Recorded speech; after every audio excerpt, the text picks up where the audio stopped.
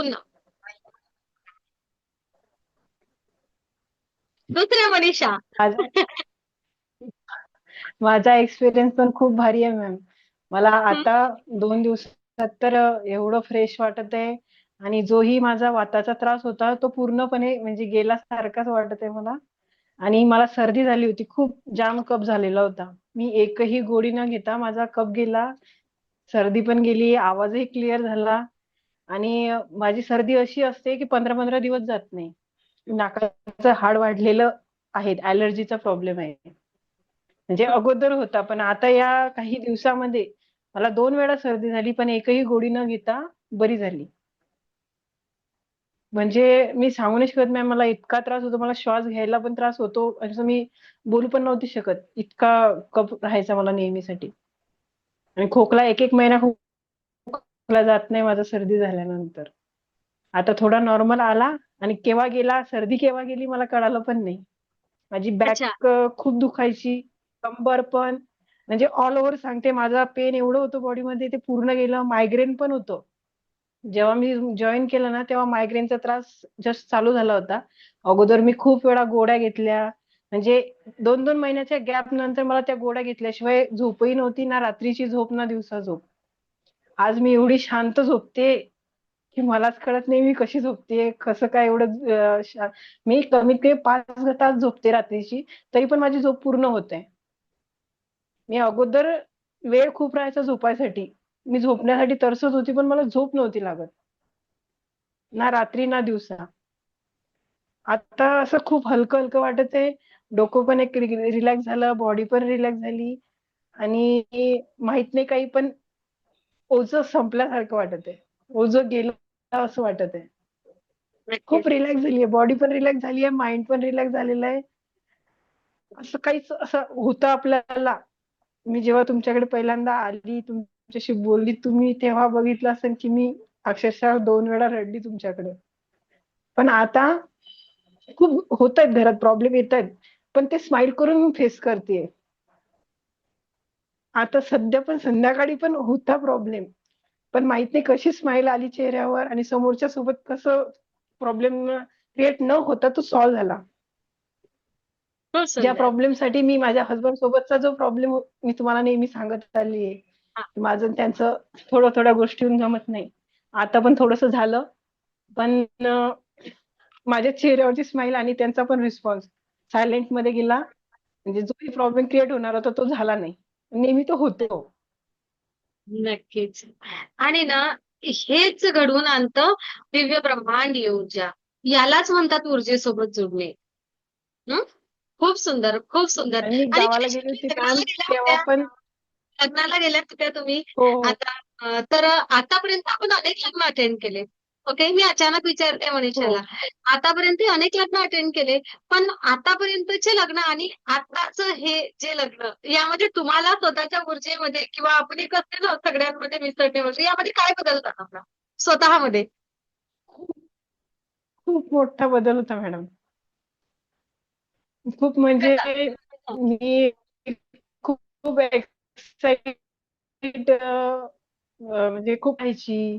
पटकन मिक्स व्हायला विचार करायची मी. पण यावेळेस एवढे सगळे मोठे मोठे लोक होते तिथं.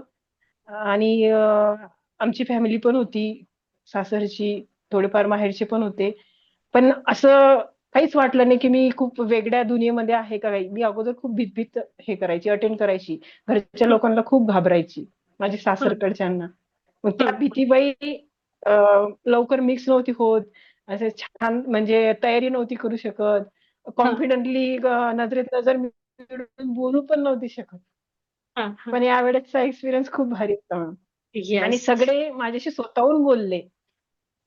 मी अगोदर स्वतः बोलायला बघायची. यावेळेस माझ्यासोबत कमीत कमी 100-200च्या वरती लोक स्वतःहून बोलले. स्वतःहून माझ्या जवळ येऊन विचारपूस केली.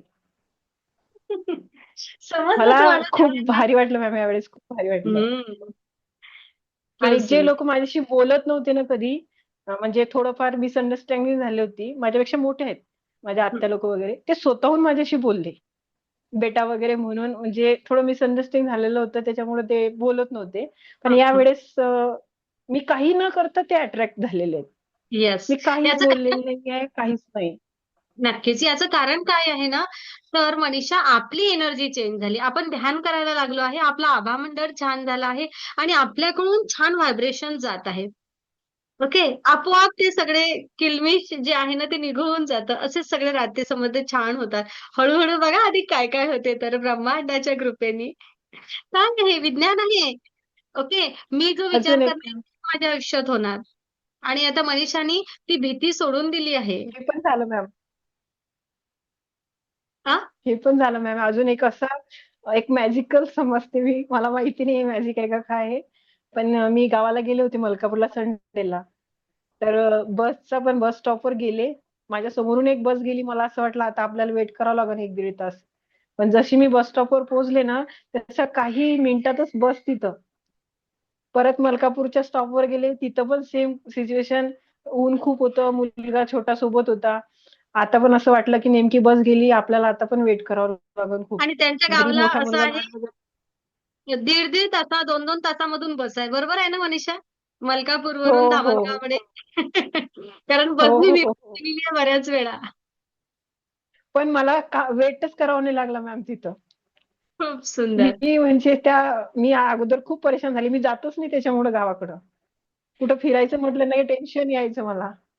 हं. आणि मुलगा असला सोबत तर खूपच असं वाटायचं की एवढ्या उन्हाचं त्याला घेऊन फिरायचं म्हटल्यानंतर थोडंसं टेन्शनच येतं. पण मला काही प्रॉब्लेम नाही आला. नक्कीच. तुम्ही कुठेही जसं जा. विश केलं ना, की ती विश पूर्ण व्हायची. येस. जे विश करणार ते पूर्ण होणार. फक्त ब्रह्मांडाकडून घेण्याची कला, तुमची ती प्युरिटी पाहिजे. विन-विन पोझिशननी पुढे जाण्याची तयारी पाहिजे. बघा, जो अनुभव मनीषाताईंनी घेतला, तोच अनुभव प्रत्येक जण घेऊ शकतं आणि प्रत्येक जण घेत आहेत. सांगण्याची हिंमत पाहिजे सगळ्यांना आणि शेअर करण्याची ती एक असते ना, ती आतली ती ऊर्जा आहे ना, ती पाहिजे सगळ्यांकडे.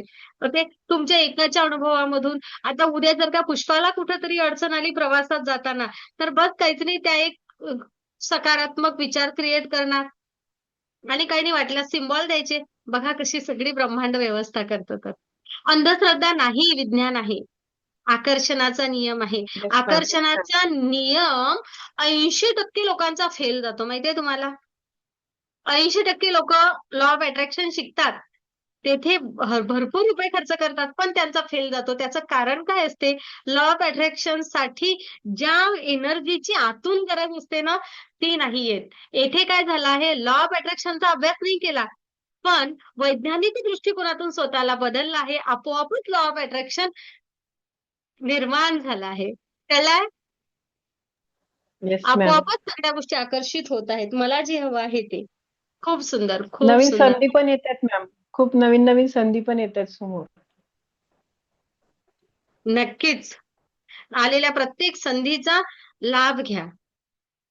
हां? आणि छान, छान येस मॅम. आयुष्यामध्ये प्रगती करा. छान प्रगती करा. हं? खूप थँक यू सुंदर, मॅम. थँक खूप यू. सुंदर. Thank you, thank you, thank you. आज थँक अचानकच यू. शेअरिंग करायला लागलेत सगळे. आपण शेअरिंग करत असलेला किंवा आपल्याला आलेले अनुभव आपल्या वहीमध्ये लिहून ठेवा. हं? खूप सुंदर.